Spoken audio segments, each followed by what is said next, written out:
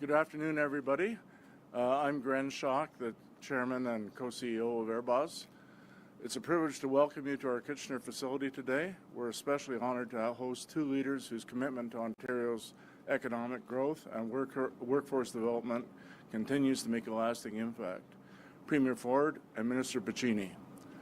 We're also pleased to welcome His Worship Barry Verbanovich, Mayor of Kitchener, Karen Redmond, Regional Chair of Waterloo, and our local representatives, Minister Harris, MPP Dixon, MPP Riddell. Thank you for joining us and for your continued support of our region and its workforce. Premier Ford, Minister Piccini, thank you for being here and for your government's unwavering support of the Ontario manufacturing sector. The Skills Development Fund is a powerful investment in our province's future, including Airbus's. We are deeply grateful for your leadership in expanding access to this vital resource. At Airbus, we believe our people are our greatest strength. The funding we received enabled us to enhance training programs, attract and retain top talent, and ensure our workforce is equipped with the skills needed to thrive in a rapidly evolving industry. As an example of this, our state-of-the-art VR forklift training simulator, this is not just an investment in our company, it's an investment in the lives and careers of hundreds of Ontarians, including many new Canadians who are proud to call this facility their workspace. We are proud to be an Ontario-made manufacturer with a team of over 350 skilled workers right here in Kitchener, producing hundreds of millions of pounds of rubber annually for critical sectors such as automotive, healthcare, infrastructure, and quite importantly, defense, as you can see from the various products around us. Our Defense Division is truly unique as it's focused on equipment that will protect our bravest men and women in uniform. Minister Piccini, your support through this funding has empowered us to build a stronger, more resilient workforce. Thank you for recognizing the value of our team and for helping us grow Ontario's innovation economy. Premier Ford, your vision for a competitive, self-reliant Ontario inspires us. We are honored to contribute to that vision and grateful for your continued support. Thank you both, and thank you to everyone for being here and being part of this exciting journey. I will now pass it over to Mayor Verbanovich to share a few remarks.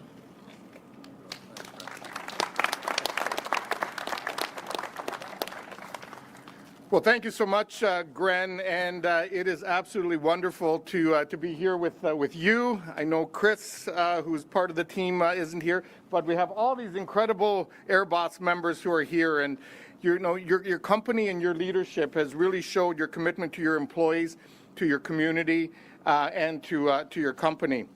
Premier, Minister Piccini, thank you both for being here today as well.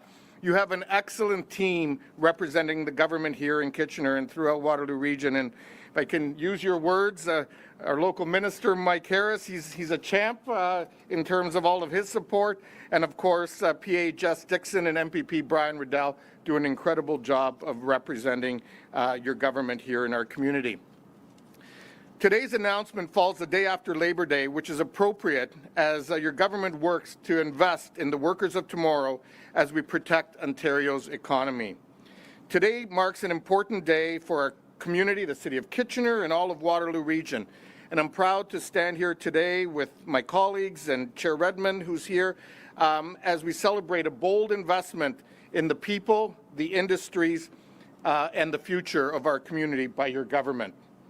Premier Ford and the government, thank you for your investment of over $12.9 million through the Skills Development Fund training stream, a commitment that will help more than 50,000 residents in our region gain the skills they need to thrive in high-demand sectors like construction, manufacturing, skilled trades, education, and health innovation. And I know a number of those companies are here in our community. Today is really about more than just a funding announcement. It's a declaration of confidence in our workforce and a recognition of the resilience and ingenuity that define Kitchener and Waterloo Region. Whether you're a student just starting out, a worker looking to upskill, or an employer seeking talent, this investment opens doors to opportunity and stability. We know that global economic pressures such as the recent U.S. tariffs can shake local economies, but today's announcement sends a clear message. Ontario is standing strong with its workers. The province is ensuring that the people of this area have the tools to adapt, grow, and succeed, no matter what challenges come our way. Let me be clear, today is not just about jobs. It's about dignity, security, and the promise of a better tomorrow. It's about building a Kitchener where everyone, regardless of their background or circumstances, has the opportunity to contribute, to grow, and to succeed. So on behalf of our community, a heartfelt thank you to you, Premier, and all those who made this investment possible. Together, we're building a stronger, more competitive Ontario, and Kitchener is proud to be at the heart of that vision. And now, I'd like to turn it over to another key part of the Premier's team here in the region, someone who I just introduced, the PA to Education and MPP, Jess Dixon. Thank you so much, Mayor Barry, and thank you to everyone coming on this beautiful day, and to all of our wonderful AirBoss employees who are making just a absolutely beautiful show of support right here. I was thinking on my way here, I love where we are right now. I love that we're outside, not just because of the nice weather, because when you look at the building behind me, you really can't go anywhere in Kitchener or Cambridge particularly without seeing copious evidence of our trade and manufacturing history. From the 19th century throughout the early 20th century, this region, more than many others, frankly, in Ontario, was a center of excellence for manufacturing, design, trades, et cetera, whether it was textiles, mills, furniture, electronics, breweries.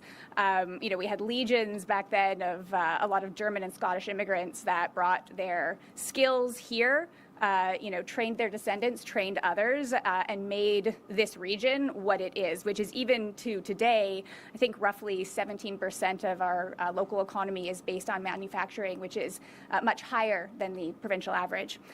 So when you look at this incredibly exciting announcement and what it's bringing to the region, I view it as carrying on what is already our provincial legacy of excellence in this area, which I'm proud to say, I think for the most part, we have carried on in a largely unbroken train, but with the support of Premier Ford and Minister Piccini, we are doing even more now to create that excellence. And our history of immigration and innovation and teaching and learning and expanding is only going to continue. And what I think is so exciting about this, and which I know that Premier Ford and Minister Piccini have been so focused on, is how much this also supports this idea of sort of patriation and repatriation of what it is to be Canadian-made, Canadian-designed, Ontario-made, Ontario-designed, and that includes our labour force and their excellence. So I am so appreciative to the government for, like Mayor Barry said, sort of our vote of confidence in this region. I have absolute confidence that after 200 plus years of doing it right and doing it better than many other places, that we will continue to do that. So thank you all so much for coming, and it is my pleasure to introduce Minister Harris.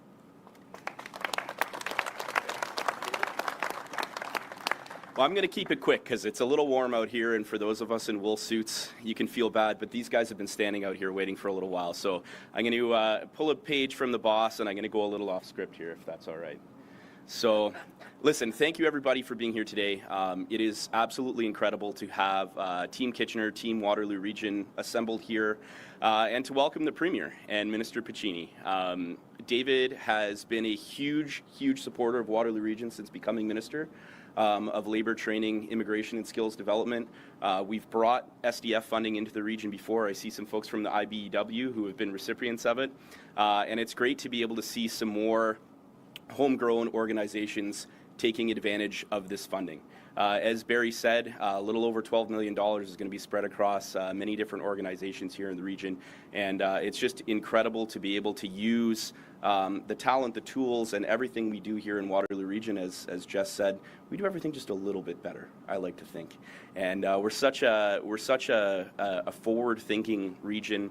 There's such a rich history of manufacturing here, and it's just great to be able to celebrate this investment throughout the region here today. So I won't take up too much more time than that. All I wanted to do is just thank you, Premier Ford, for being here with us, of course, and for Gren for hosting us today, and the amazing team you have assembled here. I think 350 some odd employees calling this place home. So it's great to be able to be here and celebrate with you all. And with that, to kind of make our official announcement, I'll turn it over to Minister Piccini. David, please. Thank you. Thank you. Thanks very much.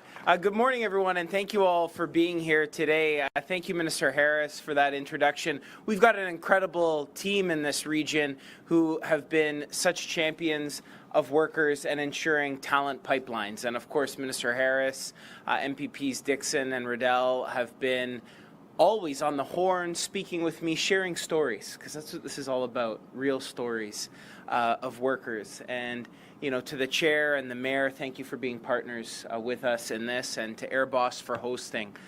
This is my second or third time here, and I really appreciate the incredible job you do and your commitment to training your workforce and your commitment to excellence. Airboss is a vital part of our manufacturing sector. It's companies like these that help make Ontario a leader, powered by a world-class workforce we're so proud of today. And supporting that workforce means preparing them for the future, especially at a time when we're facing all sorts of external threats. When 1 in 3 tradespeople are set to retire in the next decade, we've got to respond to the challenge. And I often reflect back, you know, as I visit places like this, at my own family story and my own grandfather who immigrated here, who was a steel worker. We were down with the steel workers last week in Hamilton. And this premier gets and has an incredible pride in our country and nationalism, and gets that to ensure that we achieve that same vision that he had, what drew him to this country, part of a nation that built things, where you could stand tall on the world stage with your Canadian flag and say we're a country that stands true to our international commitments, a country that produces the best talent. Now, I can't deal with things at the national level, but what Premier Ford can do is ensure provincially we're doing our part. And we've seen a nation builder in Premier Ford in making sure we can once again achieve that potential that my grandfather saw. And that's ensuring a talent pipeline, recognizing that through the pandemic, Premier took us through that, or the aggressions we see south of the border, where every day it seems policies are changing on the fly. But to respond to that, you need a nimble workforce. You need a workforce that is able to meet the moment, and to invest in talent and in training from K to Gray. Lifelong learning matters.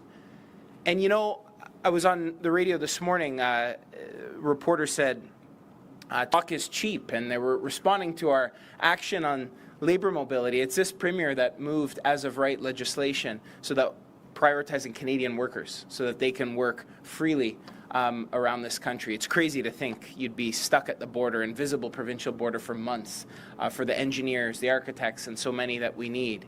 And it's this premier that's refusing that's acknowledging, I would say, not refusing, but acknowledging that investing in our workers means having their backs, means recognizing that despite our global challenges, we can and must train our next generation and invest in their training. And that's what our Skills Development Fund is doing. It's empowering a next generation. And you know, I heard the story of Dean from the CTMA this morning, and I want to mention that because this is coming full circle. This premier brought back skills training in high schools. We've mandated a tech class. We've brought back trades into high schools. We've invested in union training like none other in this province. And Dean, who's been employed in the Niagara region, just reached out to let Rob know that that tool and that precision tooling that he did on the CNC machine and that incredible work that we've supported them in doing has come full circle, because now he's employed with a local employer. And somewhere along the line, previous Liberal governments lost sight of that. They wanted to train a next generation of service workers, turning their backs on manufacturing workers of this province. Well, that's not this premier. We're going to make sure we train a next generation of manufacturing workers like Dean, who's now proudly employed, gainfully employed. And that's what we're going to do here at Airboss. That new VR you heard, making sure our workers are well trained to thrive, not just succeed, but thrive on the global stage. Because, as the Premier's often said, it's a bet in our workers, and that's a bet I'll take any day, because we have the best workforce in the world. And there's nobody that better recognizes that than this Premier through his investment with the Skills Development Fund. And now for exciting announcement today as to what that means. 12 million, 50,000 workers. I'm pleased to introduce the Premier, Premier Doug Ford. Thank you. Well, first of all, thank you so much, David, and it's great to be here, and it's wonderful to be back in the great city of Kitchener, alongside, as you just heard, Minister Piccini and Minister Harris and Brian Riddell and Jess Dixon and Mayor the Bear, or the Bear the Mayor, that's it. I love them. I actually do. We do. Actually, I do text them at 11 o'clock and midnight, telling them about someone's garbage that wasn't picked up and so on and so forth. And Chair Redmond, thank you so much for your leadership here as well in the Waterloo region. And thank you, Gren. Thank you for being the Commander-in-Chief here. I had an opportunity to go through the facility during the election. It's spectacular.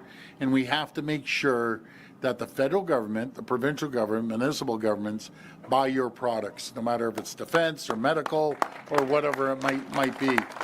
Also want to acknowledge Jack and Frank and Chris and the whole team at Airboss for hosting us today. But Gren, my favorite people in the whole world are all these frontline people here, because without them, we wouldn't even be here. So thank you.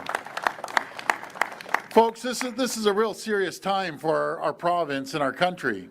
President Trump is taking direct aim at our economy, targeting workers and businesses. That's why our government is doubling down on our plan to protect Ontario, so we can stand up to President Trump's tariffs and anything else that threatens our province for decades to come. Our plan to protect Ontario will make our province the most competitive, most resilient, most self-reliant economy in the G7. So we can attract new jobs and investment and protect our workers. You know, I always say, people need to hear hope, and we're going to give them hope. Last year, the foreign direct investment in our country, our province, I should say, just our province, not including companies that are here already, there was over 409 foreign companies from foreign countries came to invest $39.875 billion, so $40 billion, and created 25,000 jobs. But we have to create the environment and the conditions for companies to come here, and they thrive and prosper and grow. And when that happens, the people, a part of their team, will thrive, prosper, and grow. I've been over and over with the federal government. Let's create that climate. Let's start putting money back into the hardworking people's pocket instead of the government. Put it back into companies so they can buy new equipment and build the infrastructure they need and expand their technology. We're expanding our plan to build Ontario by investing more than $200 billion to build roads, highways, bridges, schools, hospitals, so we can keep workers on the job and get shovels in the ground on critical infrastructure projects, which is going to be happening here, which I'll get to in a minute. That includes some major projects in Waterloo region. This summer, we announced an additional investment to support the planning and construction of a new Waterloo Regional Health Network hospital, which is part of our nearly $60 billion plan to build and upgrade more than 50 hospitals. Earlier this year, we celebrated, I should say, the completion of the Cambridge Memorial Hospital redevelopment. It's the largest redevelopment in the hospital's history, supported by $220 million provincial dollars investment. $220 million of provincial investment. We're delivering on two-way all-day go service to Kitchener, and we're investing $4 billion in infrastructure to support new housing, including over $31 million in region of Waterloo to enable over 18,500 new homes. Sorry, folks, I got something caught there. You know, our plan to build more homes, and we're going to continue to focus on building more homes. I'm looking forward to visiting Mayor Barry and Mayor McCabe at their city halls to present them with the checks from the Building Faster Fund so we can get even more homes built in Waterloo region by investing in infrastructure and getting these contracts out the door faster. We're supporting Ontario workers while using Ontario-made products in our plan to build. And that's just one part of our plan to protect workers. Last month, Minister Piccini and I also announced an investment of $70 million to support workers who have been laid off because of tariff disruptions or whose jobs are currently at risk. And across the province, we're investing $2.5 billion through the Skills Development Fund to support workers with job training to help them find good paying jobs. Today, I'm pleased to announce over $12.4 million for the Skills Development Fund to help train more than 50,000 workers, students for good paying in demand careers across Waterloo Region surrounding areas.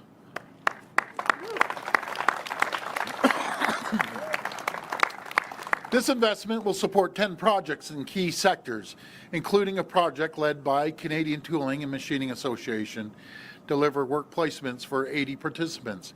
Another project led by Blue Branch to train 50 people in the modular housing industry.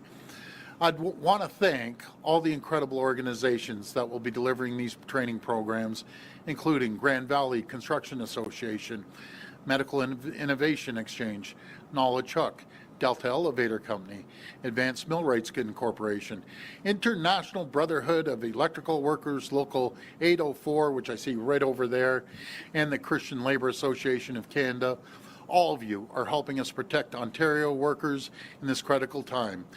We have to continue using every tool in our toolbox to push back against President Trump's tariffs to protect our economy and continue building more competitive, more resilient economy. We will continue to invest in our province and protect Ontario workers and families no matter what comes our way.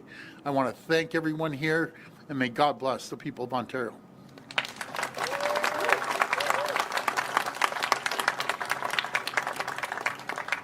We will now take questions from the media. Media present can line up behind me and ask their questions through the microphone. As a friendly reminder, the format is one question and one follow-up. Please state your name and your outlet before your question.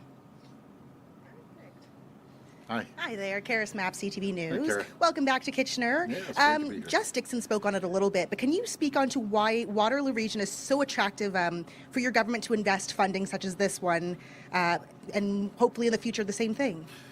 Well, that's great, and maybe I'm going to pass it to the mayor, maybe the chair, and one of our ministers. But I'll tell you the reason why. It's the quality of the people. It's the quality of the people, the work ethic of the people, the talent that is right here in the Waterloo region.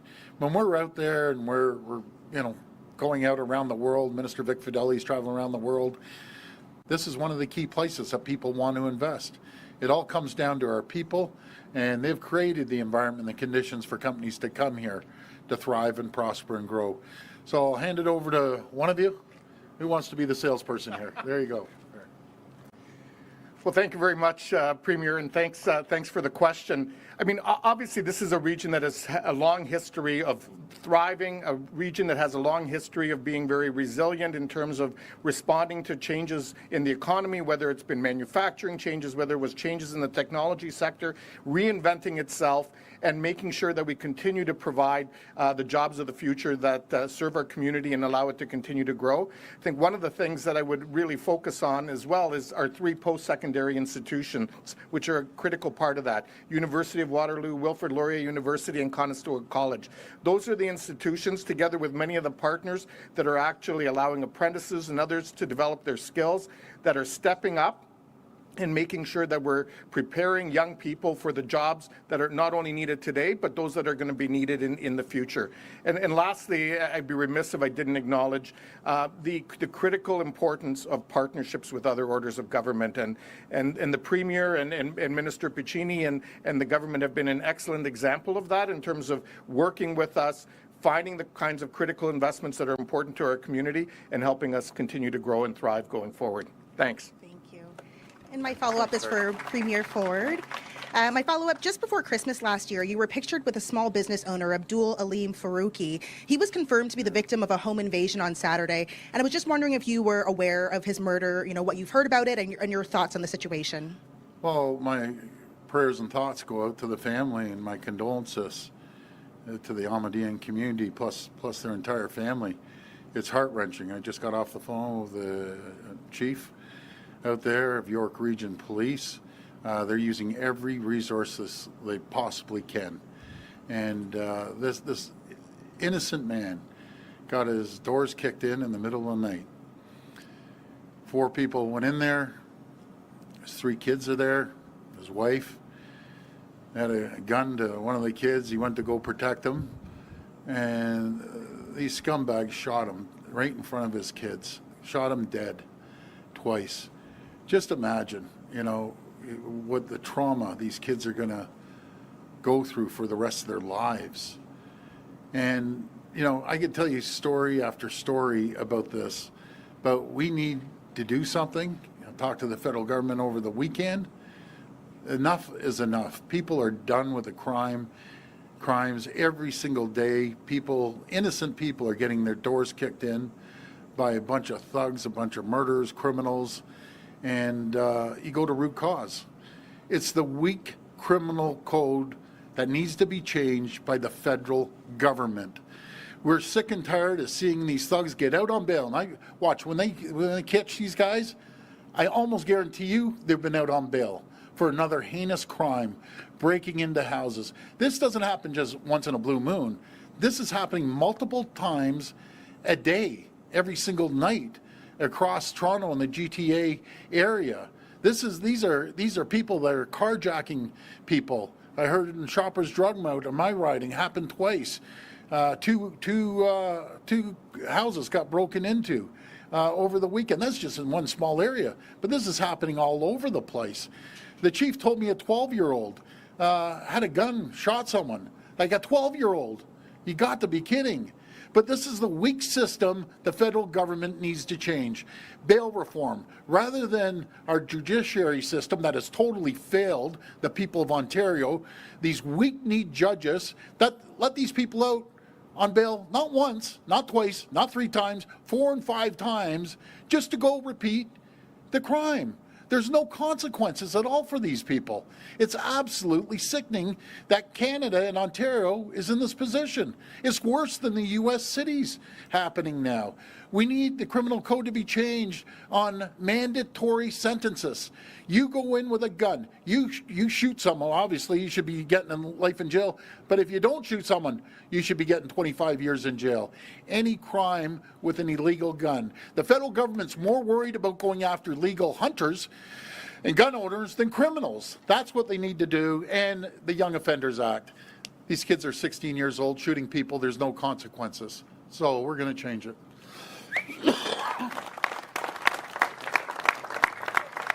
And then I'm going to add on to that. People are going to be the point. This is where society's gone, folks. They're defending themselves now. If you have a gun and you're a hunter and someone's coming into your house to kill your family, they're going to defend their family. And they should be exempt. Go to root cause. It's not them coming into the house. It's ridiculous. You know something? I have a saying for the folks that are defending their homes. I'd rather be judged by 12 than carried by 6. And unfortunately, my friend Aleem is going to be carried by 6 because he's trying to defend his family. It's a disaster right now in the justice system, and I'm going to be all over the federal government, just all over them. It's disgusting. Good afternoon, Premier. Emily Taylor, CHCH News. I want to ask about the Garden City Skyway twinning project happening in Niagara region right now. Yes. Can you guarantee that this will use Canadian steel in the construction? Everywhere we can, we'll use Canadian steel, Ontario steel. Now, there's certain parts, if they can't get the steel here, which we're onshoring everything we possibly can, from those steel I-beams to you name it. I've met with the steel sector over and over again. I just got off meeting with the National Steel Organization with Minister Freeland, and we're going to do everything we can to start onshoring every product we can, no matter if it's steel or aluminum cans or tins that we use.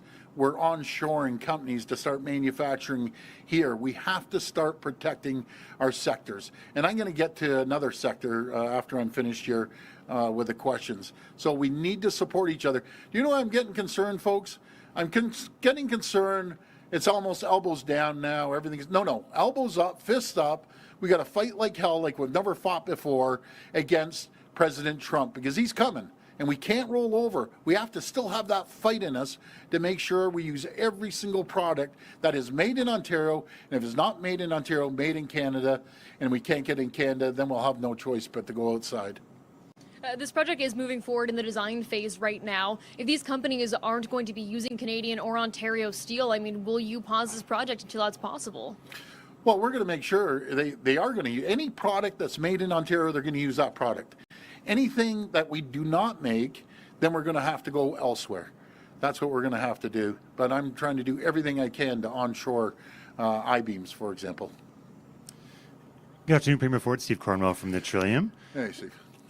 Just a question following up on reporting from the Trillium last week. There's a group, a developer group that's seeking $500 million in compensation over air rights that were expropriated by Metrolinx in Toronto, kind of related to GO train system upgrades. As far as we can tell, the group hasn't built anything there. They haven't closed the deal on these air rights. But do you think the government should be paying $500 million to this group?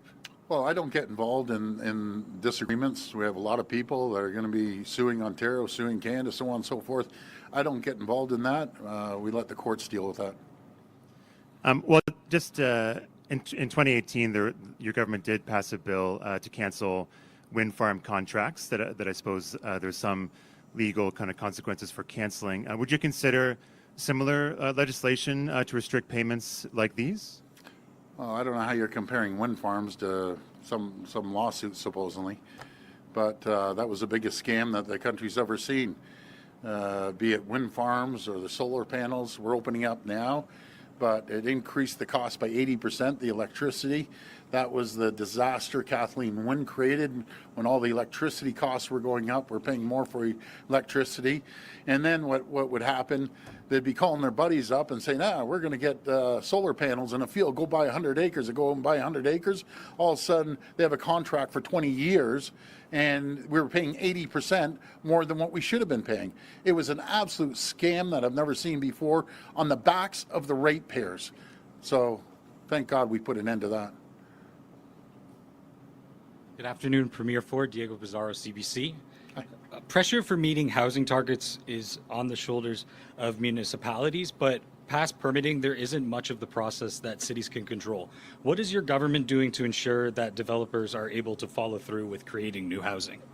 Well, again, we go back to creating the environment, working with the cities and Mayor Barry and other mayors across the region and the chair Waterloo region. You know, we put a very attractive reward, if you want to call it, and when they hit their targets, they get cash. I think that's pretty good. We're putting billions of dollars into the infrastructure that is needed to build these homes, no matter if it's sewage pipes or water pipes. We're putting billions, unlike any other government has ever. But you know what it is? It's a lot of uncertainty too. So all I'm saying to the federal government is 3 levels. We're doing everything we can, pouring billions of dollars. We need to get rid of that HST jointly, ourselves and the federal government, on any new home builds. That's huge for workers that want to buy a home. You knock off that amount of money, it comes up to over 100 and some odd $1,000. That'd be great. Now, a lot of mayors don't like me saying this, but you got to get rid of the development charges, or at least cut them in half. Half a loaf is better than no loaf at all. That's what we have to do. And then the Bank of Canada, they have to lower the interest rates. And you know, they can't just keep saying no, no, no, no. They have to lower the interest rates. They have to show people that we're moving forward and getting things done. So I'm all over the Bank of Canada. Do you know what it is, folks? Some days I feel like I'm just going at these guys, but some days you feel like, are they listening or aren't they listening? Well, I won't stop until they listen and we see action. Enough of the talking. Let's start seeing action now. That's what we need. We've heard from your education minister on school board trustees. How committed are you to getting rid of all public trustees before the next planned election year? Well, we're going to review it. I talked to him over the weekend, actually, and the expenses that they're throwing through, number one, half of them don't even answer their calls. They usually go to the supervisor or whatever, but it's shambles. You talk to anyone about school boards, and you know who can't stand them the most? Talk to the teachers about school boards. Talk to parents about school boards.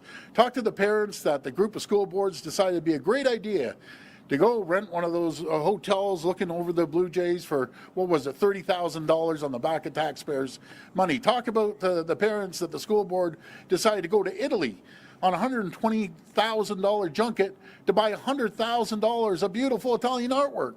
You got to be kidding me. Or the expense that I just heard right now, we're running through their expenses and they're charging for a pack of gum. A pack of gum. It's staggering. They don't care. So anyways, we'll deal with them. We're going to hold accountable. They're going to be accountable, and they're going to start running the schools properly. They're going to start making sure they put money in the classroom. That's where we need it. We don't need these Taj Mahal school boards. We need it in the classroom. So Paul Calandra, my minister, is doing a great job, and he's going through all their expenses with a fine-tooth comb. And when this comes out publicly, people are going to fall off their chair when they see some of the stuff I just saw. Premier Ford, Josh Gorey, 570 News Radio. I just want to take it back to today's announcement with the trade funding and the investment that your government is making. What is your message to those who may be looking at the trades but don't know what career they would want to get into? I know the minister had mentioned that 1 in 3 tradespeople over the next 10 years are going to be retiring, and obviously the province would need more tradespeople. Before I pass to Minister Piccini, the trades are a beautiful thing. It's a job that you'll have, a trade that you'll have that no one could ever take off you. No matter if you're here, you move somewhere else, maybe one day you might want to start your own company up and expand and be the entrepreneur, but it's something that you'll have for the rest of your life. So I encourage anyone and everyone that may not want to go into different fields, that love the trades, get involved in the trades. It is so important. I'll pass it over to Minister Piccini. Thanks, Premier, and thanks for the question. I think, one, it starts with creating the conditions. You heard $200 billion in infrastructure. I mean, you have to create a competitive climate for manufacturing, which we've done, attracting the investments. I mean, the most competitive thing that the Liberals would have done is pouring a cup of coffee. That was their sort of benchmark for a competitive economy. We're creating the conditions for manufacturing. We're building civil infrastructure, which our partners are getting done every day, and residential as well for housing construction. We've launched Level Up career fairs. These are the biggest career fairs. It's like on steroids. It's incredible.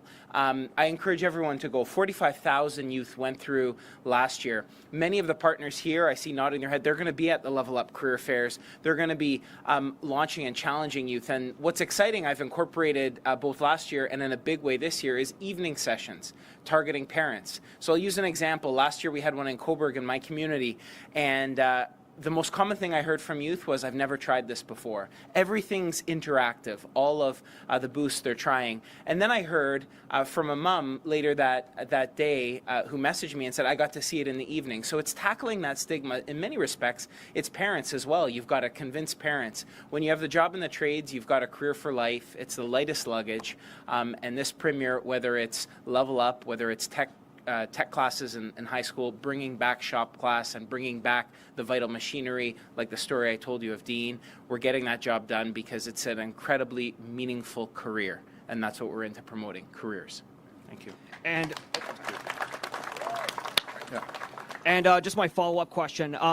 Currently, there's a group at Queen's Park speaking out against your government's plan to bring police officers back into schools. The school district in Toronto ended their resource officer program years ago because students felt intimidated, targeted, or watched. In fact, there are studies that show police in schools disproportionately target Black, Indigenous, or racialized students. Why is your government ignoring that?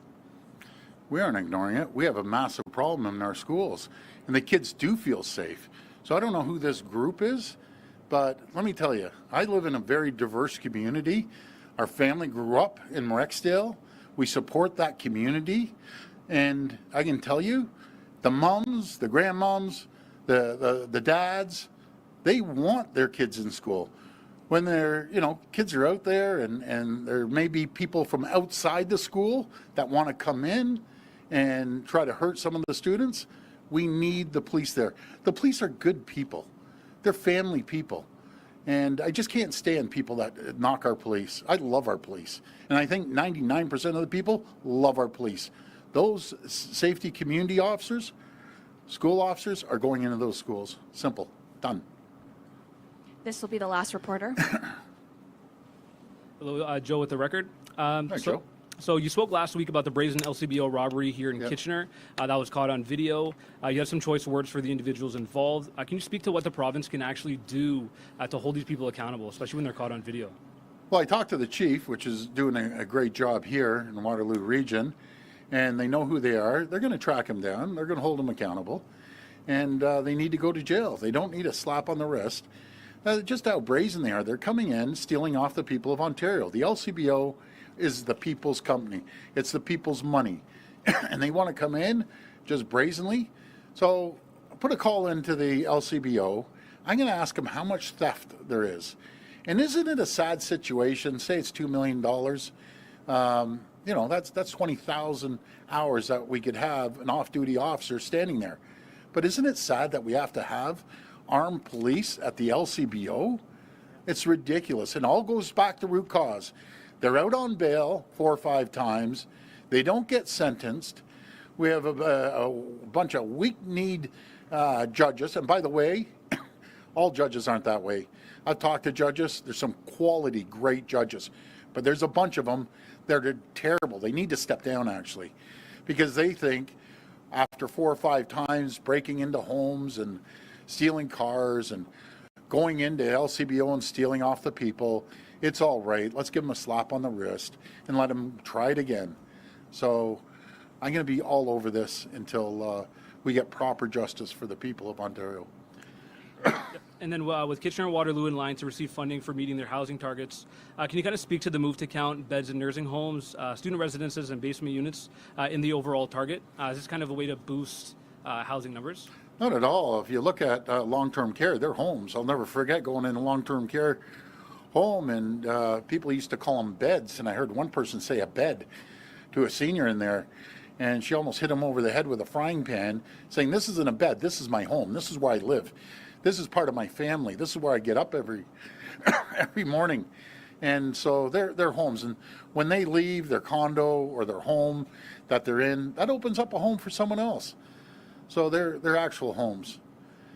So are we all wrapped up now? Okay, so you know, we talk about companies, right? And I appreciate companies like Airbus, which is incredible, and other companies here. But so the geniuses over at Diageo, okay, so not everyone knows what Diageo is, but everyone knows what Crown Royal is. Now, Amherstburg, beautiful town, hardworking people. They had that plant there. They started, I did the research, went all the way back to the 1920s. Approximately about 180 people. In the summer, it spikes to 200 people they employ. This town relies on this company, and they produce this Crown Royal. They're fabulous people. I talked to Unifor, Lana Payne over the weekend. These people are devastated. In a small town, you get rid of 180 people. And these are the rocket scientists over at Diageo. So they're based in France, and I can picture this all going down. And by the way, I spoke to the gentleman that runs the North American operations. And I said, how can you do this to your largest customer in Ontario? I said, is there any incentives I can give you to stay here to save these jobs? No, it's not happening. I said, so it is what it is. And he went on to say, well, you aren't the largest in Ontario or in the country. LCBO is the largest customer in North America. More than California, more than Texas, more than all of them. LCBO, the people of Ontario, have made Crown Royal, Diageo, that has Smirnoff's, a whole bunch of other stuff, the largest. So can you imagine a board, right, sitting around, or even a kitchen table? Are you ready for this, guys? They're sitting around and said, okay, how's South America doing? They're doing okay. How's Europe? Yeah. How's North America? Okay, everything's good. Oh, let's target our largest customer. Who targets their largest customer? To put it in perspective, $740 million, $750 million. The people of Ontario support this company. And their payroll is 16, maybe $17 million. So you're jeopardizing $740 million worth of business for what, $17 million, and you're going to hurt a community? You're going to make these people struggle that they can't pay rent? They aren't going to pay a mortgage? They barely put food on the table when there's not too many companies in that small town? What, have you lost your mind? Like, I think they're a few fries short of a Happy Meal, these people. They're sitting around absolutely just smug as they come. They're hurting Ontario residents. They're hurting the people that work at Crown Royal. So you know something, a message to the CEO in France: you hurt my people, I'm going to hurt you. You're going to feel the pain in February when these people don't have a paycheck. And I'm going to stand up for the people of Ontario, and I encourage all of Canadians, all of Ontarians, stand up for the people, because you don't know if you're next. But the thing that ticks me off, I get it. I get that companies move back and forth. But what I don't get, when you're someone's largest customer in North America, you're going after the largest customer. You know something? I always say smart people aren't too smart, and you guys are about as dumb as a bag of hammers for doing this. So, you know something? I found a bottle, and I don't even drink, of Crown Oil, right? I see that Crown Oil. I saw it at home. So this is what I think about Crown Oil. That's what they could do. And I think everyone else should do the same thing. Start supporting companies that make whiskey here by Ontario people. That's what we need to do, is support each other. You know something? I'm going to make this even come out quicker, because it's not coming out. I know Mayor Barry wants to lie on the floor right now with his mouth open. No thanks. But no, I wish I could get this out coming out quicker, but I'll stand here until it's all done. Anyways, folks, thank you. My brothers and sisters in uniform over at Crown Royal, I got your backs. We're going to be there to help you. And by the way, I'm going to send you the cleaning bill to Crown Royal, too. Anyways, folks, that's it. This might take a little while. Swirl it like a tornado, boss. Oh, you know what to do then. Here, do you want a shot? Go ahead. There you go. You got a whole bunch of guys there that'll help you. Yeah, I know. So, anyways, that's what I feel. That's okay. Send some messages. Yeah.